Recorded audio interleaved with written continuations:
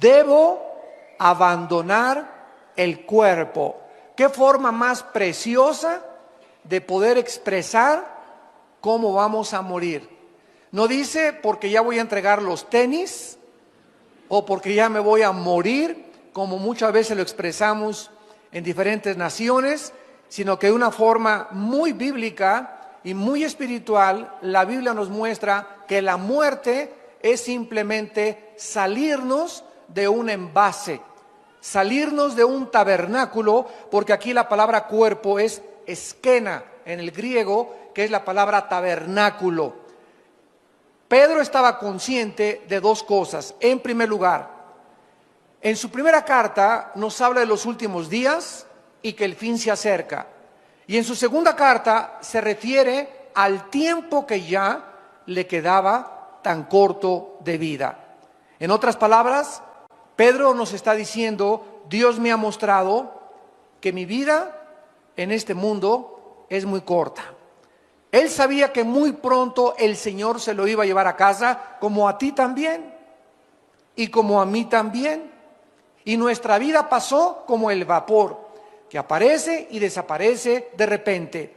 Sin embargo, antes de que Pedro abandonara su cuerpo, él nos quiere dejar instrucciones acerca de cómo debemos nosotros prepararnos para los últimos tiempos. Antes de que esto sucediera, el Espíritu Santo le da a Pedro palabras para la iglesia, para el tiempo final. Así pues, en la segunda carta leemos las últimas palabras de un pastor que tal vez estaba agonizando o que ya muy pronto iba a abandonar su cuerpo e iba a dejar a sus ovejas a cargo de otros pastores. Pedro sabía claramente que el mundo no va a entender el mensaje de la palabra de Dios, porque las cartas de la Biblia son para los creyentes, no son para aquellas personas que no son cristianas. Es como si yo voy en la calle y me encuentro una carta que dice: Chencho, ya me fui, te fuiste y me dejaste y te mando para el mandado, etcétera, etcétera. Yo digo, en primer lugar, yo no soy Chencho. En segundo lugar, yo no le entiendo esa carta. Y en segundo lugar, alguien la dejó. Esta carta no es para mí. Así es la Biblia. Hay mucha gente que viene a la Biblia y no la entiende porque no es para ti. La Biblia y el mensaje de Dios es para aquellos que han aceptado a Jesucristo como su Señor y Salvador.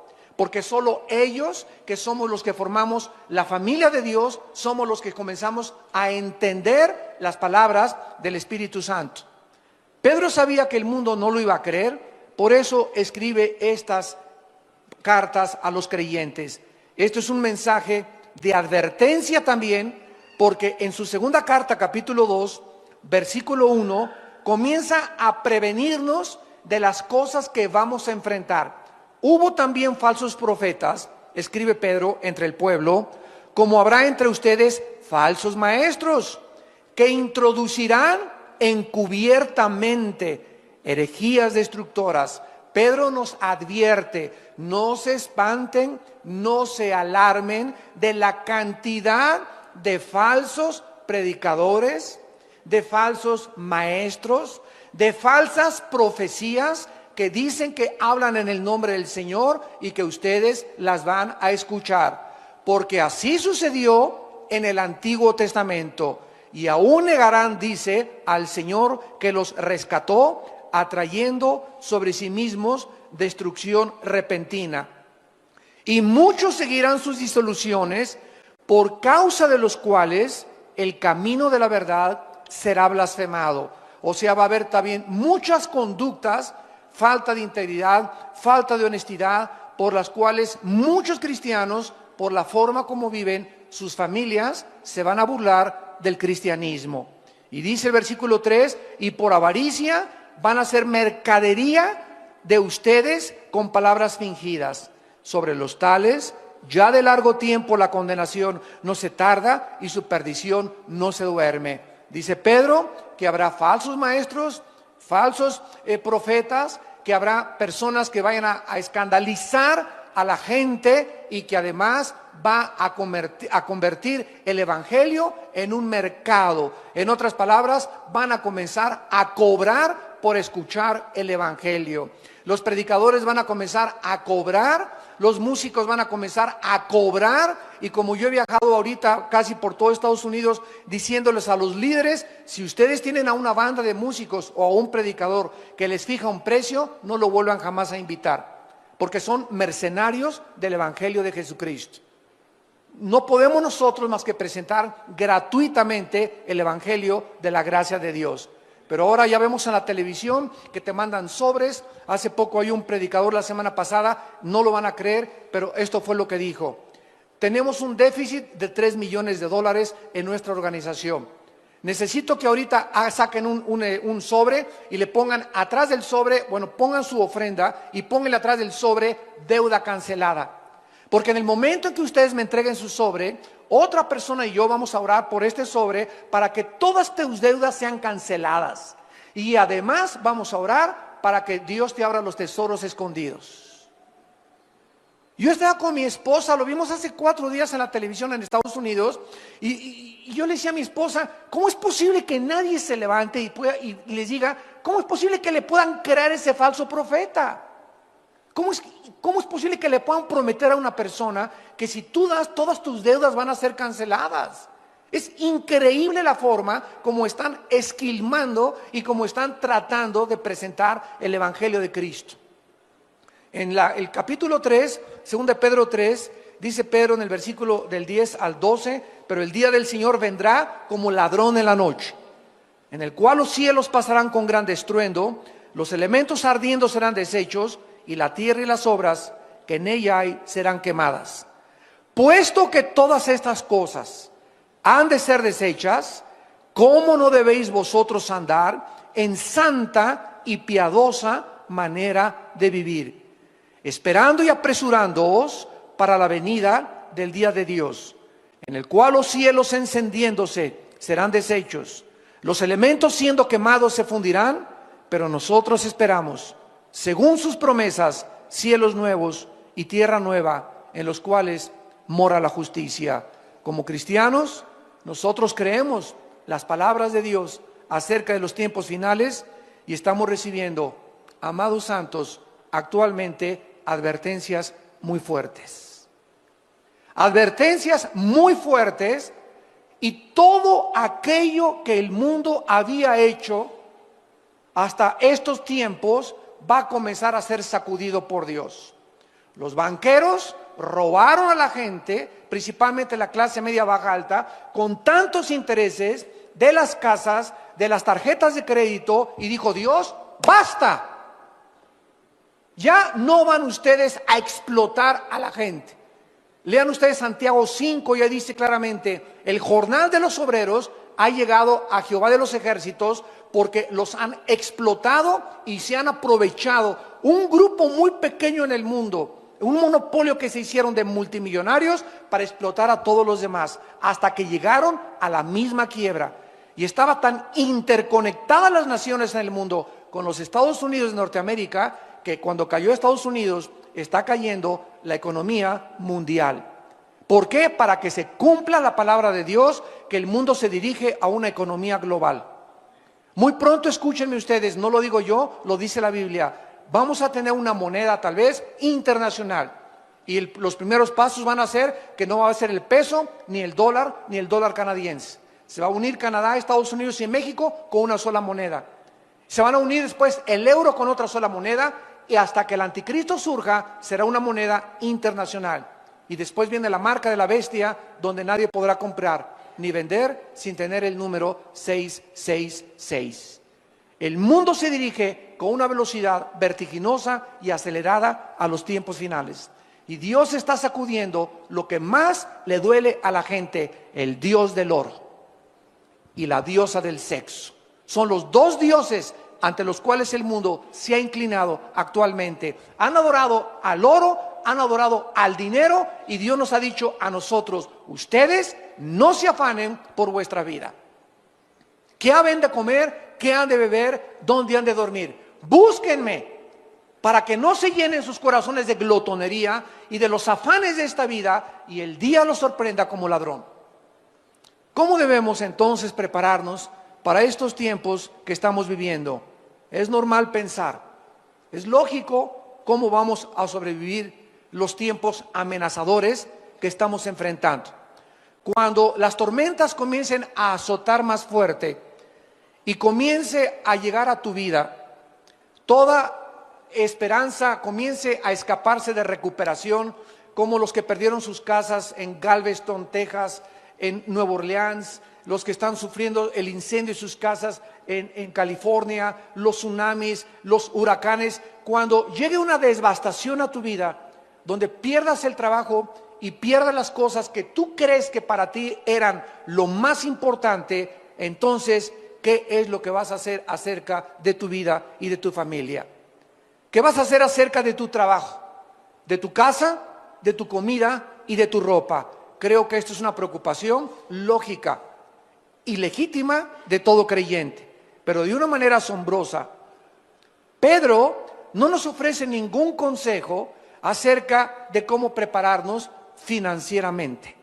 No nos aconseja dónde invertir nuestro dinero. No nos aconseja nada de cómo proteger nuestra casa, ni cómo sobrevivir al calentamiento global o a la inflación.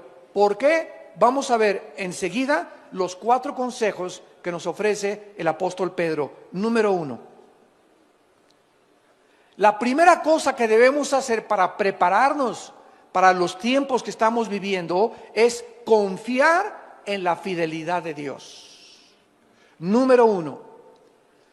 Pedro ya había experimentado la pobreza, ya había experimentado la fidelidad de Dios.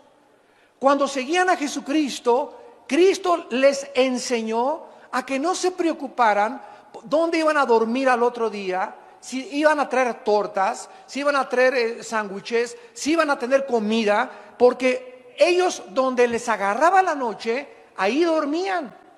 Y donde en la noche les sorprendiera, ahí ponían un cartón, un petate o sobre el pasto, y ahí comenzaron a aprender a despertarse todos los días y a seguir a ese hombre que dijo Jesús: hoy no les va a faltar donde dormir, hoy no te va a faltar el techo, hoy no te va a faltar la comida. Vean ustedes, por ejemplo, en Mateo capítulo 8, versículo 20, que dice la Biblia, Mateo 8:20, Jesús les dijo a los discípulos: las zorras tienen guaridas y las aves de los cielos tienen nidos, mas el Hijo del Hombre no tiene donde recostar la cabeza. En Mateo capítulo 14, versículo 15 al 21, Mateo 14, del 15 al 21, les dice Jesús: cuando anochecía se acercaron los discípulos y le dijeron a Jesús: el lugar es desierto, la hora ya pasada. Despide a la multitud para que se vayan por las aldeas y compren de comer. Jesús les dijo: no tienen necesidad de irse, denles ustedes de comer. Aquí se enfrentan con una situación donde había cerca de 5,000 personas. Y ya no tenían leche para los niños, ya no había comida en la noche, y los discípulos comenzaron a afanarse y a preocuparse. No tengo para mañana, no tengo para hoy en la noche para comer. Y Cristo les dice: denles ustedes. Y en ese momento se voltean los discípulos, ¿verdad? Y le han de haber dicho: Señor, no trajimos sándwiches. No hay ni un McDonald's abierto a estas horas. No hay nada absolutamente que podamos recurrir. Ellos dijeron: no hay más que 5 peces y 5 panes y 2 peces. Y Cristo dijo: lo poco que tú tienes, escucha este principio, lo poco que tengamos con la bendición de Dios se multiplica. Lo poco que tengamos, si tenemos la bendición de Dios, se nos va a multiplicar. Tráiganme lo poquito que tengan, dijo Jesucristo, y entonces mandó a la gente recostarse sobre la hierba, y tomando los 5 panes y los 2 peces, levantando los ojos al cielo, los bendijo y partió, y dio los panes a los discípulos y los discípulos a la multitud. Esta es la razón por la cual antes de cada alimento, antes de desayunar, antes de comer y antes de cenar, bendice los alimentos en el nombre de Jesús y denle gracias a Dios de los frijolitos refritos, de los totopitos que tienes y tal vez de el vaso de leche que tienes, porque si tú reconoces en lo poco, Padre, gracias porque pudimos desayunar por lo menos esta mañana, pudimos cenar, mis hijos, no tenemos muchas cosas, pero tuvimos para comer. Cuando Dios ve ese corazón agradecido, que lo alabamos y lo bendecimos por lo poco que tenemos, entonces Dios bendice y nos multiplica lo que no tenemos. Pero si nosotros ya comemos como si no lo mereciéramos, en el nombre de Jesús te pido alimentos, guárdanos en el hueco de tu mano, dales a los que no lo tienen, amén. Cómprate una cotorra de África, o un perico, o una grabadora, y comienza a hacer que ese perico, esa grabadora, ore en lugar de ti, porque muchas oraciones de muchos de ustedes caen en la mecánica, comienzan a ser autómatas de Dios, robots de Dios. Ya la oración que dan no es del corazón, ya nomás sacas tu estampita y te echas la presinada también.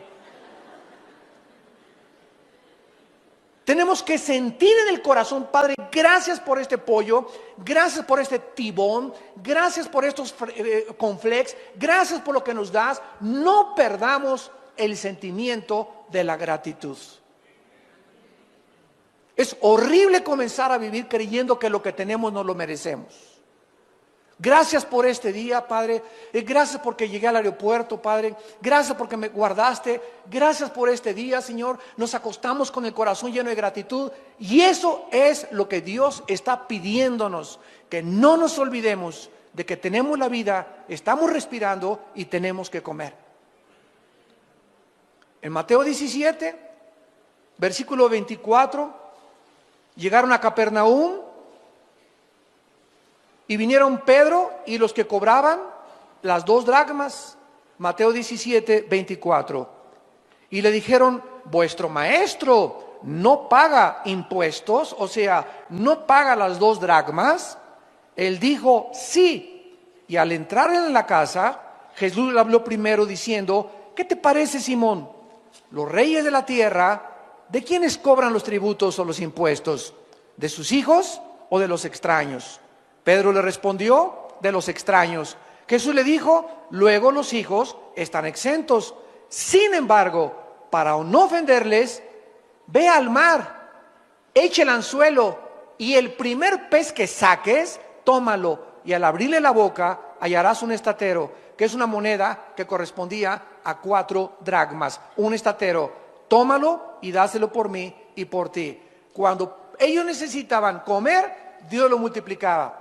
Dormir, dormían en cualquier lugar. Y cuando necesitaban dinero hasta para pagar los impuestos, de una forma sobrenatural, Cristo les proveía lo que no tenían.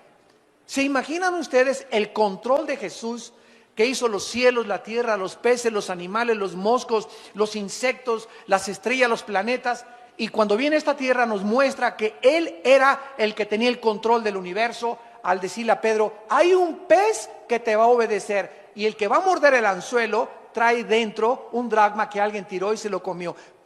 Cristo sabía aún lo que los peces comían. ¿Y cuál era el pez de los miles que había en el mar de Galilea? Que tenía una moneda en su estómago, en su pancita, para que con esa pagara los impuestos. ¿Tú crees que a ti no te dará Dios lo que tú necesitas si tú se lo pides? Si un hijo le pide a su padre un pan, ¿le daremos una serpiente a nuestro hijo? ¿Cuánto más nosotros, cuando tenemos una necesidad, debemos nosotros de seguir confiando en Dios? Los apóstoles aprendieron a vivir sin dinero y con dinero. Los apóstoles comenzaron a experimentar que Dios es poderoso para nunca dejarnos ni abandonarnos.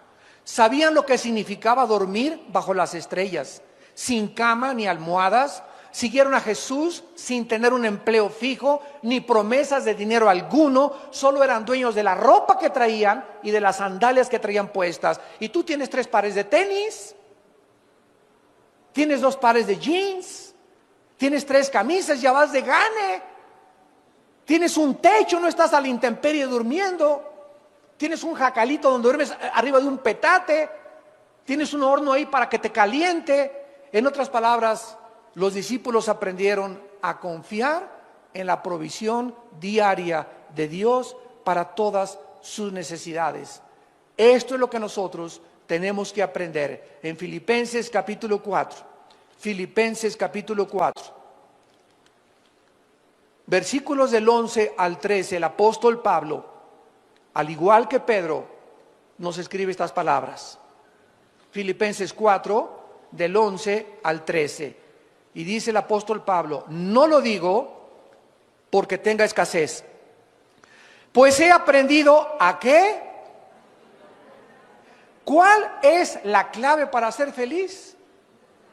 No es tener dinero, porque si solamente eres feliz cuando tienes dinero, qué miserable vas a ser cuando no lo tengas. La clave de la Biblia es que aprendamos a contentarnos con o sin. Porque si no tienes, estás contento porque no dependes de tu contentamiento si tienes. Porque no toda la vida vamos a tener.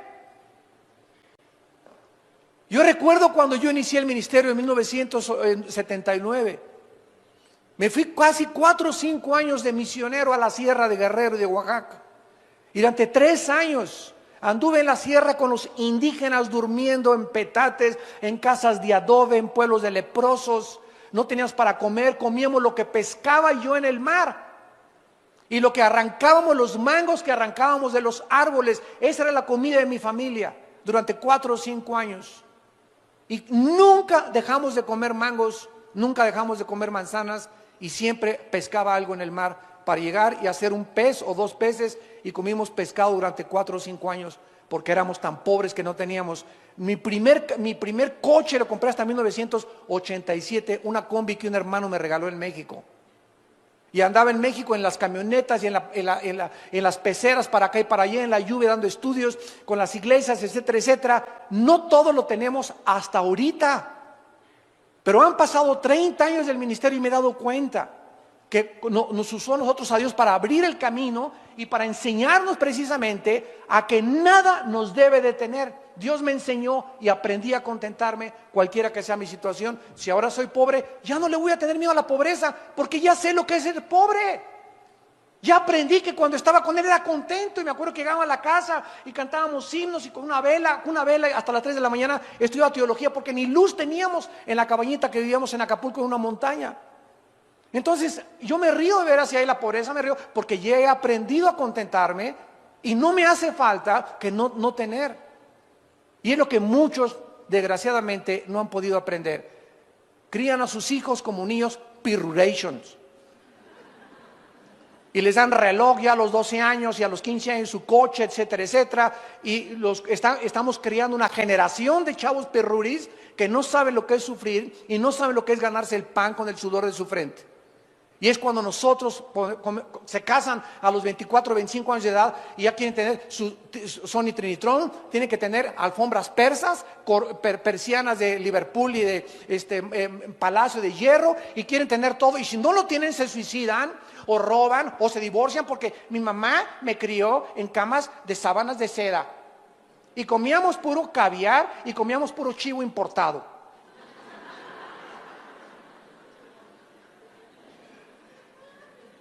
No lo digo porque tenga escasez, dice Pablo, he aprendido a contentarme cualquiera que sea mi situación.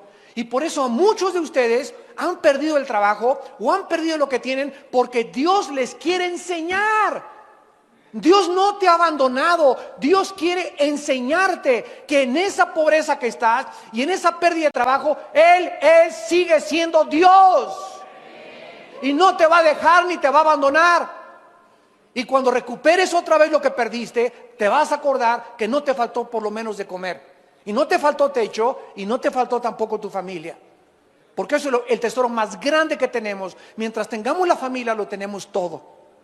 No importa que la familia durmamos en la banqueta, pero juntos siempre, luchando por la sobrevivencia con el Señor de nuestro lado. Diré yo a Jehová, esperanza mía, castillo mío, mi Dios, en quien confiaré. Y no diré yo al banco y la bolsa de valores y Wall Street, en quien confiaré. Pues en aquellos que están confiando en eso, Dios se los ha derrumbado, para que no pongan sus ojos en falsos ídolos, más que en el Dios viviente que le da vida y aliento a todas las cosas. Dice Pablo, versículo 12, sé vivir humildemente, sé tener abundancia, en todo y por todo estoy enseñado, para estar saciado como para tener hambre, para tener abundancia como para padecer necesidad. Y el secreto está en el versículo 3, todo lo puedo en Cristo que me fortalece. Ese es el secreto. Ay de ustedes los que hacen dinero y no han aprendido a vivir con el dinero, porque el dinero los echa a perder. Hay de ustedes de los que la noche a la mañana se enriquecen y no saben qué hacer con el dinero.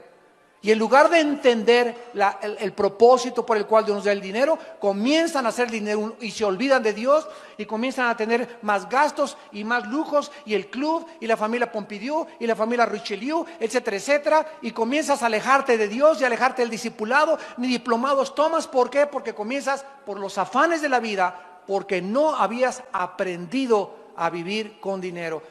Tenemos que aprender a vivir sin dinero, pero también cuando tengamos dinero tenemos que aprender cómo administrar ese dinero.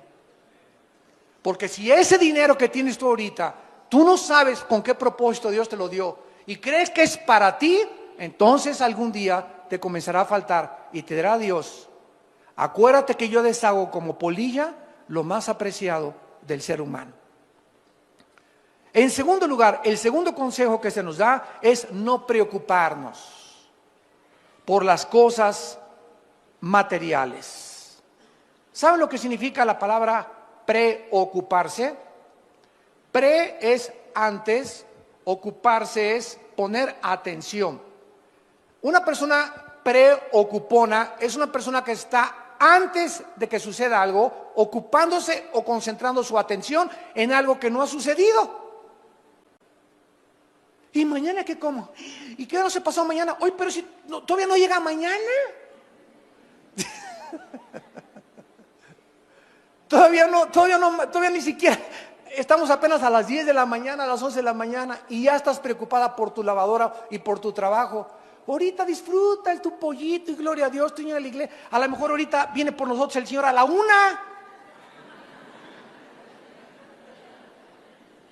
La pregunta más importante que Dios nos haría en estos tiempos es la siguiente: ¿qué hay en tu corazón en estos últimos tiempos?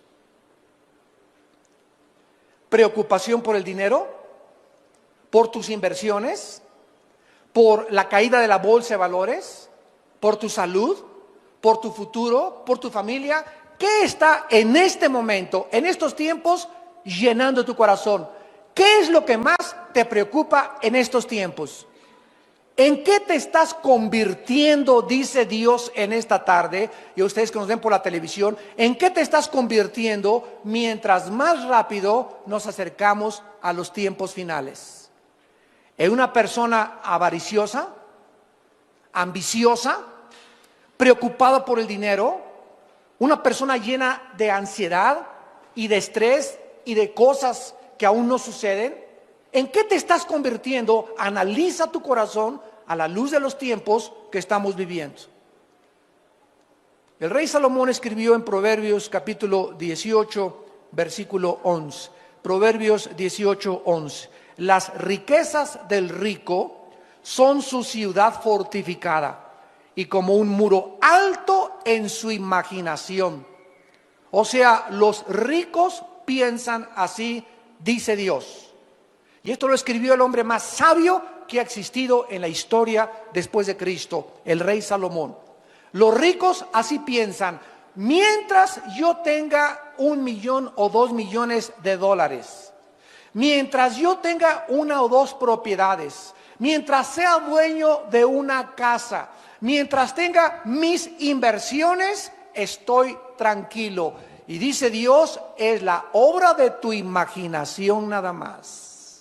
Porque de la noche a la mañana cualquier persona como lo estamos viendo en nuestros tiempos, se quedan en la bancarrota. Ahorita hay más de 600 suicidios en Estados Unidos, hasta la semana pasada que yo me vine, de ricos que se están quitando la vida por la caída de la bolsa de valores. Y de personas que habían invertido todo o la mitad de su capital en la bolsa de valores y no tienen absolutamente 1% de probabilidades de recuperación o de repunte. Por la deuda de los más de 3 trillones de dólares que tiene el gobierno federal americano. Se quitan la vida.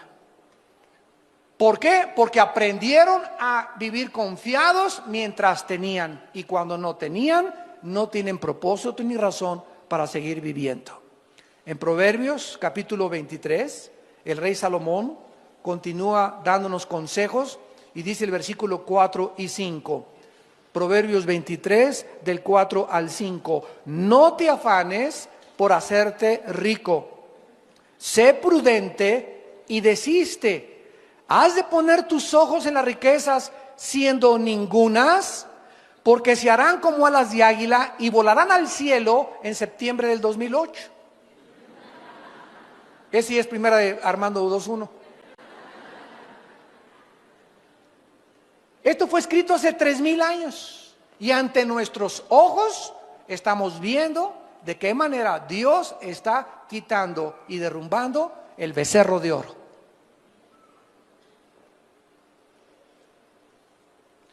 En 1 Timoteo capítulo 6, en el Nuevo Testamento, el apóstol Pablo también tiene palabras para nosotros. Y dice en 1 Timoteo capítulo 6, versículo 6 en adelante.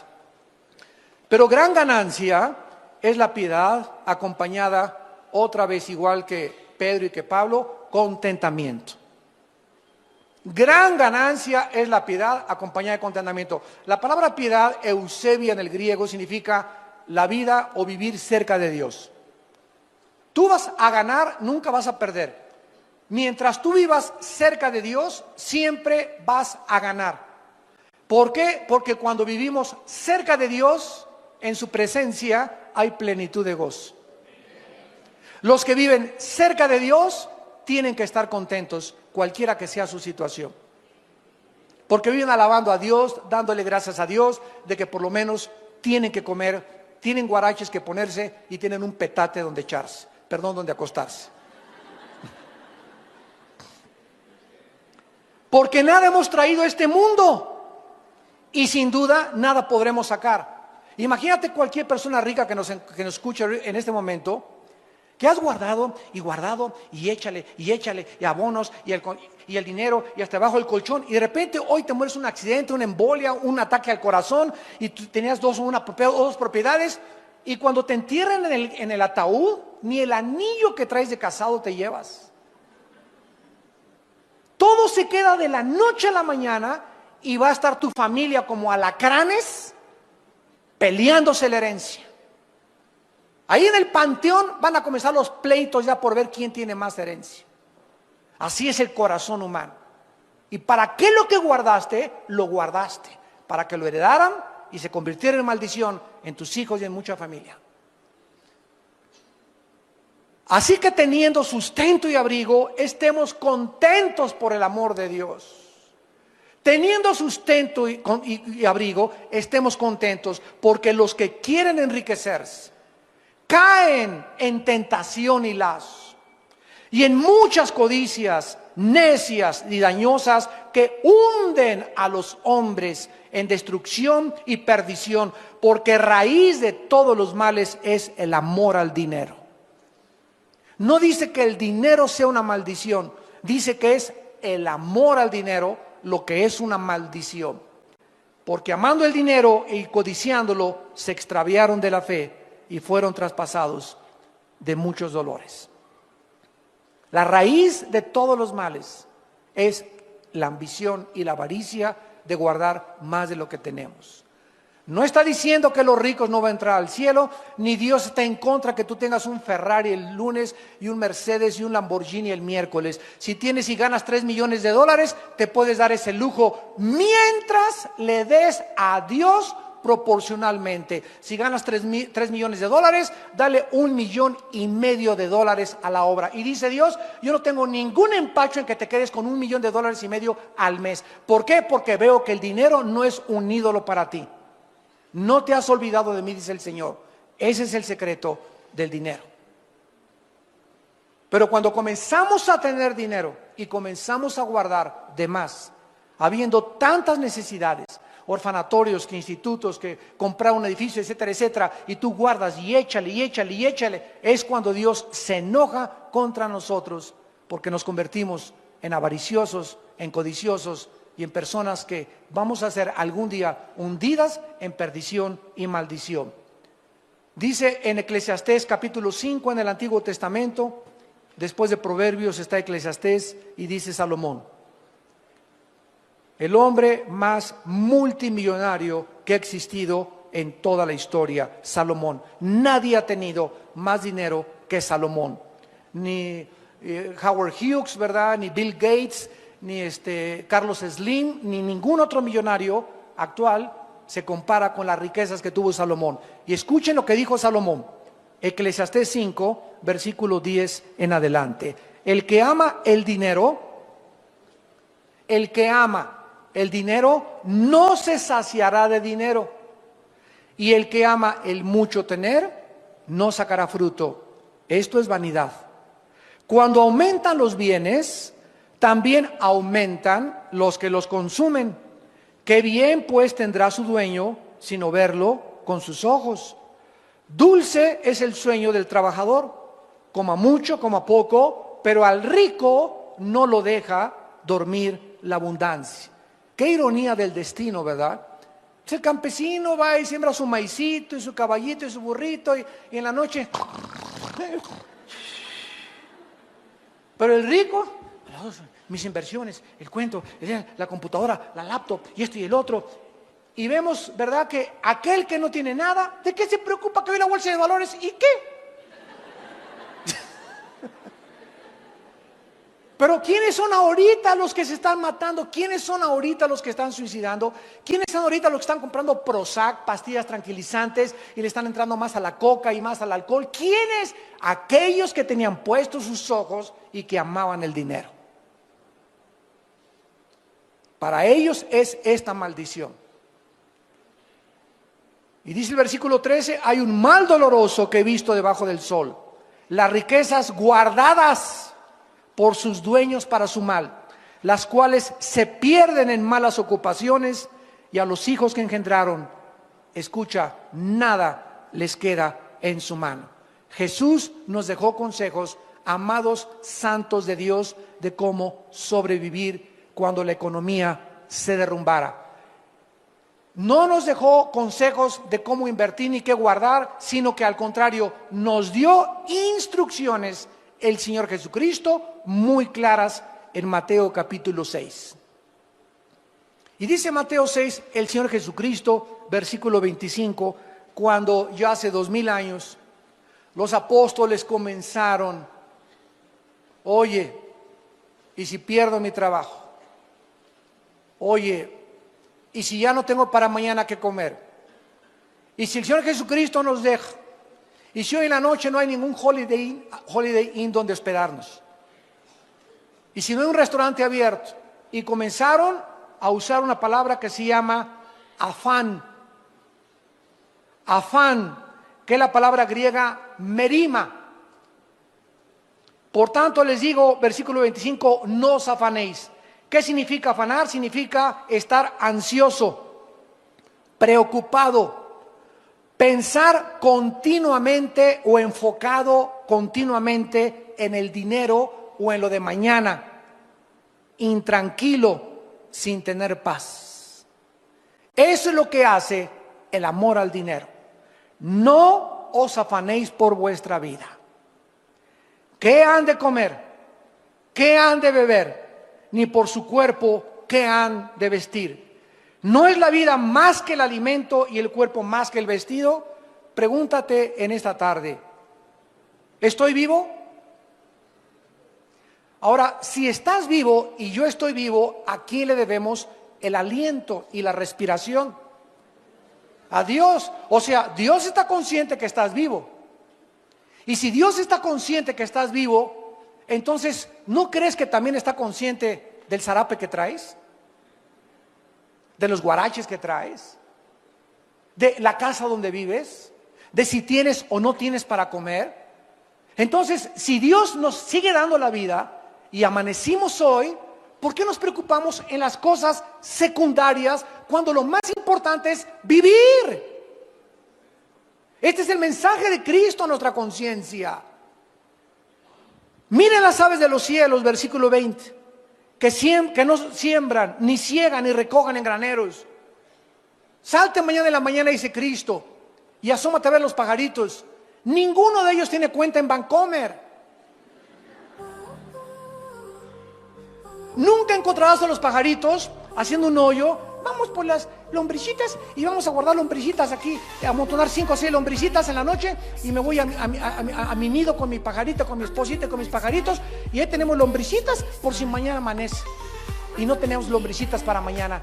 Dios puso un programa en los pajaritos para que fueran una lección a nosotros y para que los observáramos. Si Dios les puso ese programa donde ellos no deben de amontonar ni guardar para mañana, ¿por qué entonces lo hacemos nosotros? ¿Por qué desconfiamos del poder y la misericordia de Dios? Y vuestro Padre Celestial alimenta a las aves, ¿no valen ustedes más que ellas? Un pajarito, ¿cuánto cuesta? 3 pesos. Hasta peso te los venden en el mercado a veces. ¿Y cuánto vales tú que Jesucristo, su Hijo, dio su vida en una cruz por nuestros pecados? ¿Y te estás preocupando por mañana? ¿Qué enojado está Dios contigo? Qué triste y qué desgarrado tiene su corazón Dios. Porque sin fe es imposible agradar a Dios. Si no la fe es confiar. Si no confiamos en Dios y no está Dios viendo que estamos confiando en Él, no lo estamos agradando. Puedes aplaudir, tocar el pandero, gritar, hacer 1000 cosas, levantar iglesias, predicar el evangelio, pero la única forma y la más importante forma en la que Dios está contando con nosotros, contento, es que vivamos confiando en su provisión diaria. ¿Y quién de ustedes, dice el versículo 27, podrá añadir a su estatura un codo? Tú naciste chaparrito con unos 55 de estatura, aunque te pongas tan corto no vas a crecer. Eso forma genéticamente ya parte del cuerpo humano. Por más que le hagas así, y le hagas así, y le hagas así, no vas a crecer. Y así, si tú dices, voy a tener 2 empleos ahora, para tener más dinero, y mi esposa la voy a meter a trabajar para que entre los dos gastemos el sustento cuando tienen niños chiquitos. Dios quiere que tu esposa se quede en su casa y los niños nada de guardería, que los cuide tu esposa, y si tú confías en Él, aunque tú te afanes, no vas a progresar más, porque aunque tú te afanes y ella se afane y les entre más dinero, no van a ser felices ni van a disfrutar lo que tienen. Si nosotros disfrutamos la vida, es con la bendición de Dios. La esposa que tiene hijos pequeños debe vivir en su casa y debe estar contenta en su casa de ser su ministerio, mientras el hombre va a buscar el pan y traer el sustento a su casa.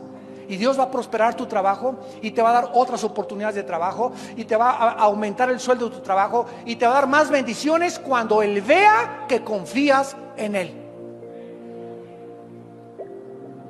El mucho afán no va a hacer que hagas más dinero ni que vivas más feliz. Busca a Dios y su reino y su justicia sobre todas las cosas, y todas las demás cosas te serán añadidas. Versículo 29, versículo 30, y si la hierba del campo que hoy es y mañana se echa en el horno, Dios la viste así, ¿no hará mucho más a vosotros, hombres de poca fe? Si vemos el colorido de una flor, el colorido de una mariposa, el colorido de los campos y de las puestas de sol, ningún pintor, ni Leonardo da Vinci, ni Miguel Ángel, ni nadie ha podido imitar los colores tan preciosos que tienen las plantas y las flores. Y tú te preocupas por tu vestido de china poblana.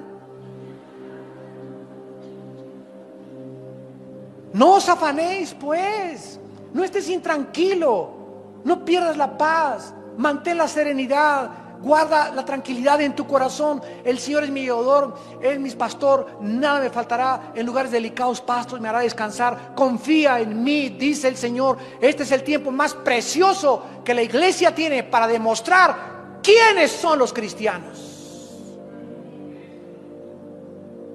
¿Quiénes son ahorita verdaderamente los cristianos? Ya se acabó el cristianito el domingo nada más. Ahora vas a demostrar en los tiempos que estamos viviendo si realmente crees y confías en Dios. Los gentiles, dice Cristo, el versículo 32, o sea, las gentes que no tienen a Cristo buscan todas estas cosas. Ve a tu cuñado, a tu tío, a tu primo, a tus hermanos, ve a tus familiares que no sean cristianos. Viven únicamente para la lana, la plata. Cómo hacer dinero y aprender, y el otro, y todos los días prende el noticiero y cada vez el corazón les va a explotar mañana. Las noticias aumentan, las malas noticias aumentan, y porque están enfocados nada más el oro, el becerro de oro se está deshaciendo, se está fundiendo, el oro se está yendo, porque toda su vida está puesta ahí. Los gentiles buscan todas estas cosas. El corazón del mundo está en eso, porque ellos creen que eso es lo que vale en la vida. Pero vuestro Padre Celestial sabe que tú tienes necesidad de estas cosas. Busca primeramente mi reino y mi justicia, y todas las demás cosas te serán añadidas. Y finalmente, regresamos a 1 de Pedro 4, se nos da el cuarto consejo: prepararnos espiritualmente. Dice en 1 de Pedro 4:7, mas el fin de todas las cosas se acerca, sean sobrios y velen en oración. Si tú ya sabes ahora hasta este momento que no te va a faltar, Dios va a proveer milagrosamente en tu casa, como lo hizo con una viuda que se llamaba de Sarepta y su profeta Elías. Dios le dice una vez a Elías: quiero que vayas a un pueblito, y al entrar al pueblito va a estar una señora que es viuda recogiendo leña. Y quiero que cuando llegues a ese pueblito le digas a esta viuda que te lleve a tu casa y que te dé de comer. ¿Por qué no le dijo Cristo: quiero que llegues al Holiday Inn? O te voy a mandar con una familia que tienen cornflakes, que tienen avena, que tienen bastante para desayunar, tienen hasta chorizo de Toluca para que te hagan de desayunar. ¿Por qué Dios manda a su profeta con la mujer más pobre de todo el pueblo? Parecería a primera vista falta de misericordia, ¿no es verdad? Caray, aún lo que no tiene se le va a ir a quitar a esa pobre. ¿Cómo lo manda con la que no tiene? Pues llega Elías y la viuda le dice: sí, con mucho gusto, tengo nada más en mi casa, ni cornflakes ni avena, tengo nada más un poquitito de aceite y un poquitito de harina para hacer y freír una sola pieza de pan o un hot cake. Y la viuda hace lo que le queda, y tenía un hijo la viuda, era para ella y para su hijo. ¿Y qué pudo haber dicho ella? Oye, no tenemos ni para nosotros, ¿quieres que te dé? Pero ahí se encontraba el secreto del poder de Dios para nosotros en nuestra vida también. Entonces la viuda no repeló, porque era una viuda que conocía a Jehová. ¿Y saben lo que hace la viuda? Cocina ese hot cake o ese pan y lo parte a la mitad y le da la mitad al profeta de Dios, y la otra mitad se la reparte entre ella y su hijo. Y cuando Dios ve y Elías ve que ella hace eso de compartir aún lo que no tenía, entonces el profeta, guiado por el Espíritu de Dios, le dice a la viuda: nunca de aquí en adelante te faltará el aceite y la harina en tu casa. Cuando Dios ve que en lo que no tenemos somos fieles, nos dará lo mucho. Porque hay mucha gente ahorita, pobres avariciosos, así como hay ricos avaros, hay pobres avariciosos. Ay, hermano, ¿cómo quiere usted que diezme si no me alcanza? Precisamente porque los 5 pesos que gana por lavar cada pieza de ropa, señora, como una lavandera hace muchos años que enfrenté en la iglesia, que llegó a la iglesia y me dijeron unos hermanos, hoy anda una señora pidiendo dinero en la iglesia. Y me acerqué y le pregunté a la señora, oiga señora, ¿por qué está pidiendo dinero aquí en la iglesia? Me dice que soy lavandera. Y le digo, ¿cuánto cobra por cada pieza de ropa? Esto fue como en el 84, 85. Y me dice, pues cobro 5 pesos. Y le dije, ¿y de esos 5 pesos le da usted 50 centavos de diezmo al Señor? Y me contestó, ay hermano pastor, ¿cómo quiere que comparte 50 centavos si apenas con los 5 pesos me alcanza? Y le dije, ¿sabe una cosa? Como Don Teofilito ni le seguirá alcanzando, le dije.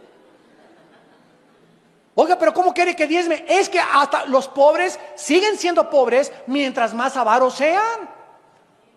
Pero si usted, aunque lo poquito que tiene como la viuda, y le da al Señor y es fiel, aunque me vaya en camión, Señor, pero aquí está lo que te corresponde a ti, nunca te faltará, porque Dios le da la cosecha al que siembra.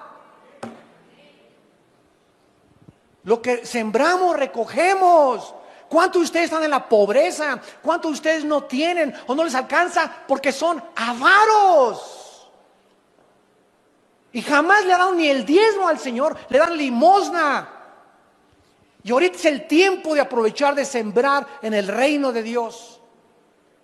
Por eso vives como vives, porque ¿cómo puedes esperar una cosecha cuando no has sembrado absolutamente ni un centavo en el reino de Dios? Pedro está repitiendo lo que Cristo dijo con otras palabras en Juan 14. Si creen en Dios, crean en mí. No se turbe su corazón. No estén intranquilos, no estén preocupados, no estén ansiosos. Voy a preparar un lugar para ustedes, para que donde yo voy, ustedes también estén. Si ustedes tienen mis mandamientos y los guardan, ese es el que me ama. Y el que me ama, yo lo amaré. Y mi Padre lo amará también. Y vendremos mi Padre y yo, y haremos morada en tu vida. No te dejaré ni te desampararé, estaré todos los días hasta el fin del mundo contigo. No veas al mundo, no veas el becerro de oro fundiéndose ni deshaciéndose, no veas las noticias, veme a mí. El creador y sustentador, el que extiende los cielos como una cortina y extiende la tierra y sus productos y da aliento a los que en ella moran y espíritu a los que por ella caminan. Él es el Dios al que estamos sirviendo. Y ahorita nos está probando, no estamos todavía en la tribulación. Imagínense cuando entre la tribulación, si ahorita los que dicen que son cristianos no están soportando esta prueba, ¿cuánto más de las cosas que sobrevendrán sobre este planeta? Es el tiempo, amados santos, de prepararnos espiritualmente en oración, velando, estando conscientes de los peligros que nos rodean y estar pasando más tiempo con Dios. Es triste que actualmente veamos a millones de cristianos que invirtieron en la bolsa de valores.